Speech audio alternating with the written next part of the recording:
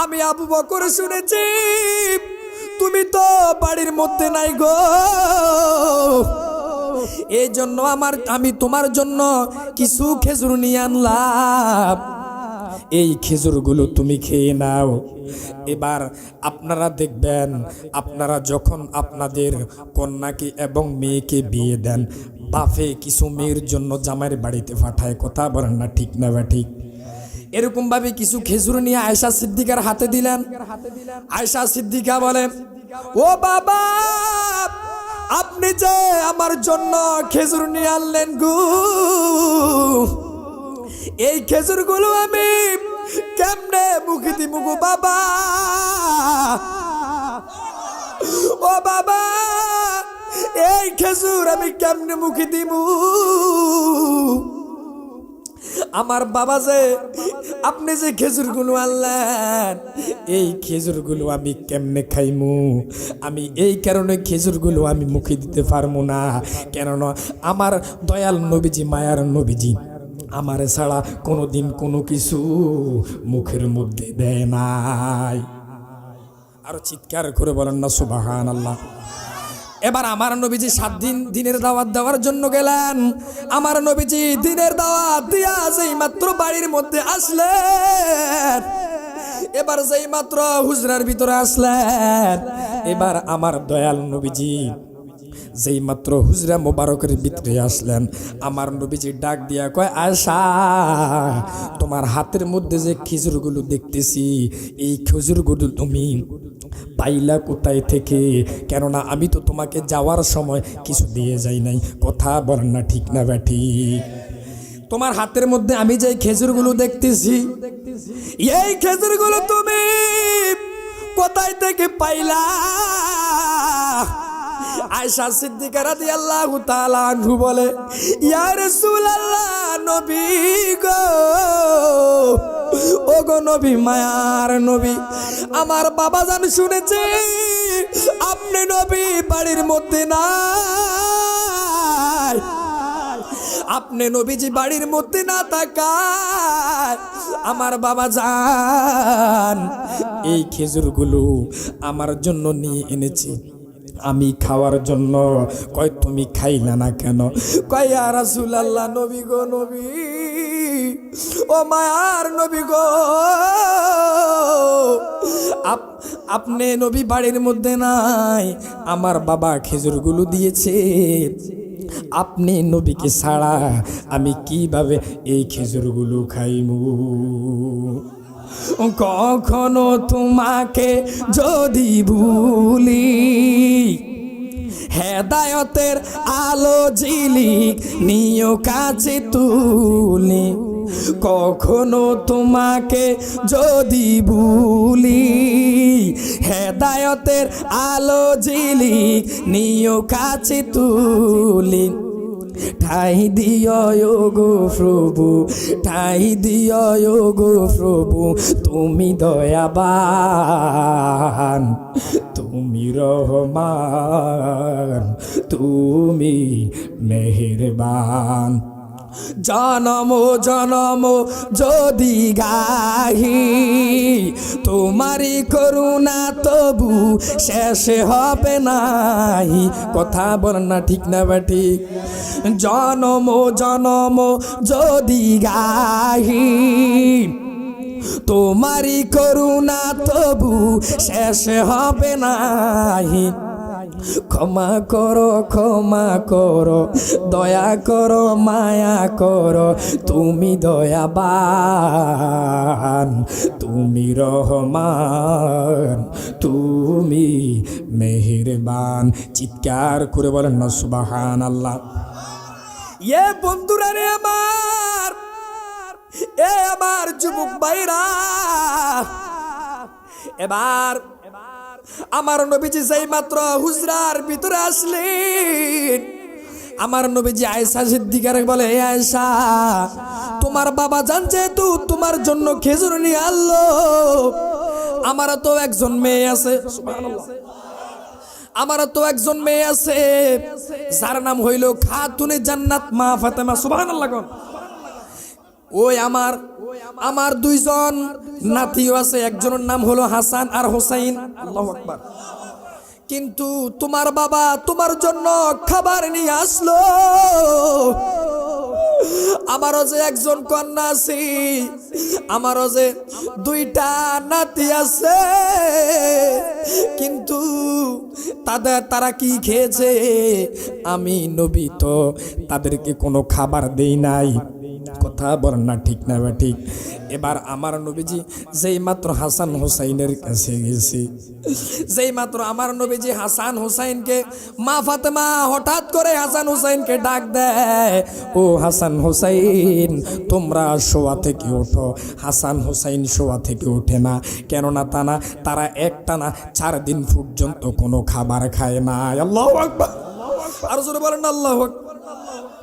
এবার মা ফাতেমা ডাক দিয়া কয়, ও হাসান ও হুসাইন, তোমরা যে খিদায় এমন ভাবে কাতরাইতাছো, তোমরা যে কাতরাইতাছো খিদার যন্ত্রণায়, তোমরা তাকি দেখো না তোমার নানাজান প্রিয় নবী মুস্তাফা সাল্লাল্লাহু আলাইহি ওয়াসাল্লাম এসে হাজির হইয়া গেছে।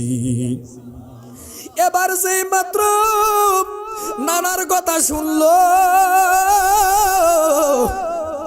হাসান হুসাইন রাদিয়াল্লাহু তাআলা আনহু, যেই মাত্র মা ফাতেমা বলল তোমরা শোয়া থেকে উঠো, হাসান হুসাইন উঠে না। এবার যেই মাত্র বলল, ও হাসান ও হুসাইন তোর নানা আইছে রে, হাসান হুসাইন রাদিয়াল্লাহু তাআলা আনহু শোয়া থেকে উঠা দাঁড়াইয়া গেছে। আরো চিৎকার করে বলেন আল্লাহু আকবার। হে রাসূল তোমায় ভালোবাসি, অন্তরে শুধু মুখে না, জান্নাতের আশায় নয় হে রাসূল, জাহান্নাম কেউ ডরি না। কথা বল না ঠিক না বেঠি? তোমায় পাওয়া আশায় মন ছুটে যায় মদিনায়, তোমায় পাওয়া আশায় মন ছুটে যায় মদিনায়। এ গরিবের ইয়ার যে শোনো, মোরে খাবে দেখা দেও না।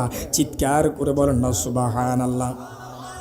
এ বন্ধুরা রে আমার, এ আমার যুবক ভাইরা, এবার আমার নবীজি দয়াল নবীজি চিন্তা করলেন তারা যেহেতু কোনো খাবার খায় নাই, আমি তাদেরকে কিছু না কিছুই খাবার দিতে হবে। কথা বলেন না ঠিক না ঠিক? এবার আমার নবীজি গো, এবার যেই মাত্র আমার নবীজি রাস্তা দিয়ে হাঁটতেছে, এবার আমার নবীজি যেই মাত্র রাস্তা দিয়ে হাঁটতেছে, আমার দয়াল নবীজি দেখতেছে এক খ্রিস্টানের বাগার মধ্যে 250 জন শ্রমিক কাজ করে। কতজন? আর জোরে বলেন না কতজন? 250 জন শ্রমিক কাজ করে।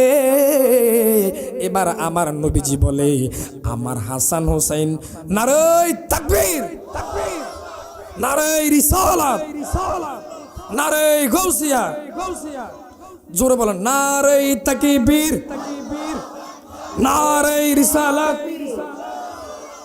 নারে তাকবীর।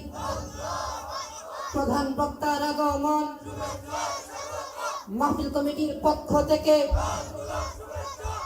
মাওলানা সাইফুল ইসলাম হালি সাহেবের আগমন, নারে তাকবীর।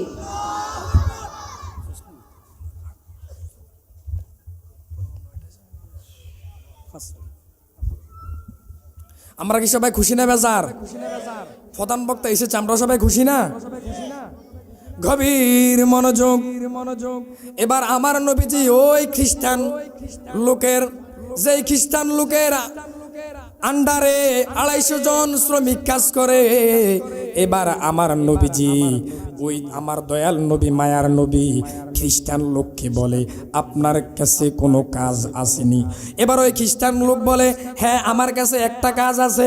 আপনি যদি এই কূপের ভিতর থেকে পানি উঠান, তাহলে এই পানি উঠানের বিনিময়ে আমি আপনাকে খেজুর দিব। এবার ওই আমার দয়াল নবী মায়ার নবীজি এবার যেই মাত্র 1 বালতি 2 বালতি করে পানি উঠাইলেন, যেই মাত্র পানি উঠাইলেন আমার নবীজি 39 বালতি পানি উঠাইলেন। কত বালতি?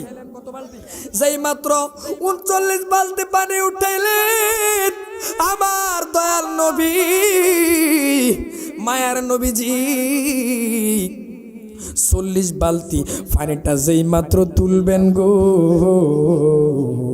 সাথে সাথে ওই বালতির দড়িটা রশিটা ছুঁইটা ওই বালতিটা কূপের ভিতরে পড়ে গেছে। চিৎকার করে বলেন না আল্লাহু আকবার।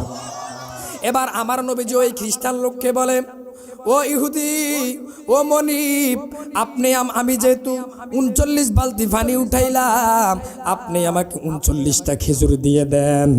এবার যেই মাত্র ওই 39টা খেজুরের কথা বললো, ওই খ্রিস্টান লোকটা এমনভাবে হাতটা উঠাইয়া আমার দয়াল নবীর মায়ার নবীর এইভাবে চেহারার মধ্যে অনেক জোরে একটা চড় লাগিয়ে দিয়েছে। নাউজুবিল্লাহ বলেন, আরো জোরে বলেন না নাউজুবিল্লাহ। এবার যেই মাত্র আমার নবীজি বলে, আমার গালের মধ্যে যেই দাগ দেখা যায়, এই দাগ যদি আমার হাসান হুসাইন দেখে, আম্মা ফাতেমা যদি দেখে, কিয়ামত পর্যন্ত খেজুর তো খাইবো দূরে থাক, কিয়ামত পর্যন্ত খেজুর হারাম করে দিবে। কথা বলেন না ঠিক না বা ঠিক? এবার দয়াল নবীজি মায়ার নবীজি যেই মাত্র এবার আমার নবীজি এইভাবে আঙ্গুল দিয়ে ইশারা দিয়েছে, সাথে সাথে কূপের ভিতর থেকে ওই বালতিটা আমার নবীজির আঙ্গুরের ইশারায় উপরে উঠে গেছে। আর চিৎকার করে বলেন না সুবহানাল্লাহ। আমার নবীজি চলে গেলেন।